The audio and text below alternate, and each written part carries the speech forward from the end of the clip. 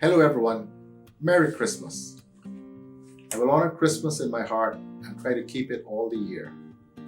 That is a line from the Christmas classic, A Christmas Carol, written 177 years ago by Charles Dickens.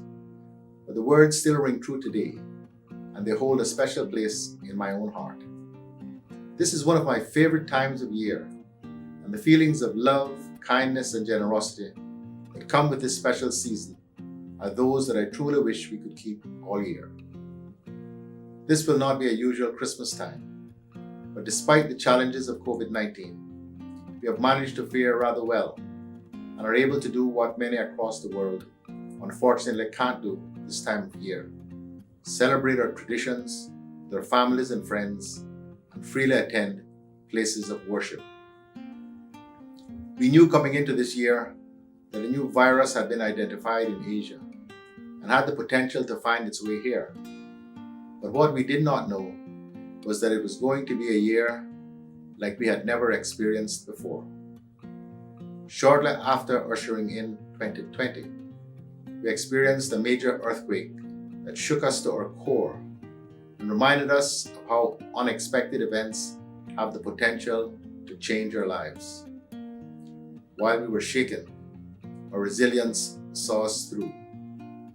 And little did we know how much resilience we were going to need to face even more challenges in the coming months as COVID-19 moved throughout Asia to Europe and the Americas, and yes, eventually to our islands. And our lives have certainly been changed. Things have not been easy for many of us over these past months because of the impact of COVID at home and across the world. As is the case everywhere else, those working in tourism and hospitality, including businesses that focus on those sectors, have been especially hard hit. The decisions government took to protect life and health also regrettably impacted the livelihoods and businesses of Caymanians and residents like never before. But it was because we took those hard but important decisions that today we are able to live our lives with relative ease and to celebrate Christmas as we traditionally have done. I cannot find words sufficient to express my gratitude and appreciation at the way the people of this country rallied and sacrificed personally to help eradicate the virus for the greater good. It was proof positive that those of us who live, work, and make up our community are truly like members of a family.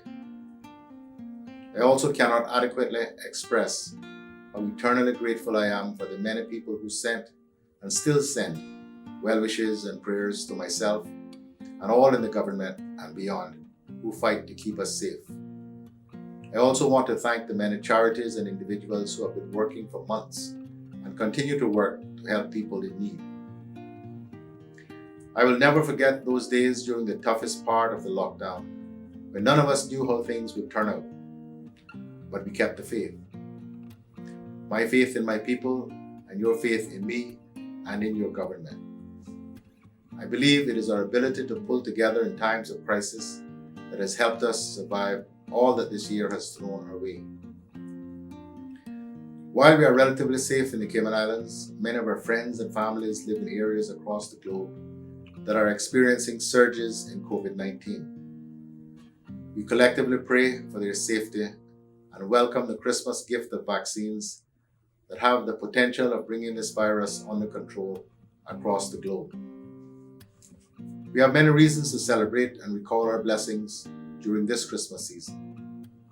As a country and as a government, we have managed our resources very well over the past 7 years, as we not only built up our reserves preparing for rainy days, but we also repaid more than half of the debt that we found when we took office in 2013. We've also funded all of the current government projects from cash without taking on any new borrowing or increasing taxes on families and businesses. It is because of these preparations that we have been able to assist thousands of individuals and businesses impacted by the economic downturn while keeping our borders secured and controlling access to avoid the community spread and resurgence of the virus that many of our neighbors are experiencing. This may have been a difficult year for us as a whole, but we are truly very blessed. In the book of Luke, we read the words of Elizabeth to Mary when she was told that Mary was pregnant with the Christ child. Blessed among women are you, and blessed is the fruit of your womb. It is that Christ child that we celebrate at this wonderful time of year. And it is his admonition to us that it is more blessed to give than to receive that we take to heart at Christmas time. Indeed, the more we give of ourselves, the more blessed we are. I will realize my blessings when I spend my Christmas time with my wife, sons, sisters, and other family and friends. I hope that you too have an opportunity to pause and reflect, and to take time to share the holiday with family, friends, and neighbors. I sincerely hope that each of you has a joyous Christmas, and the feelings of goodwill and generosity we are feeling at this special time are truly kept in your hearts all year long. On behalf of government, my family, and myself, I wish each of you a wonderful Christmas filled with love, laughter, and blessings.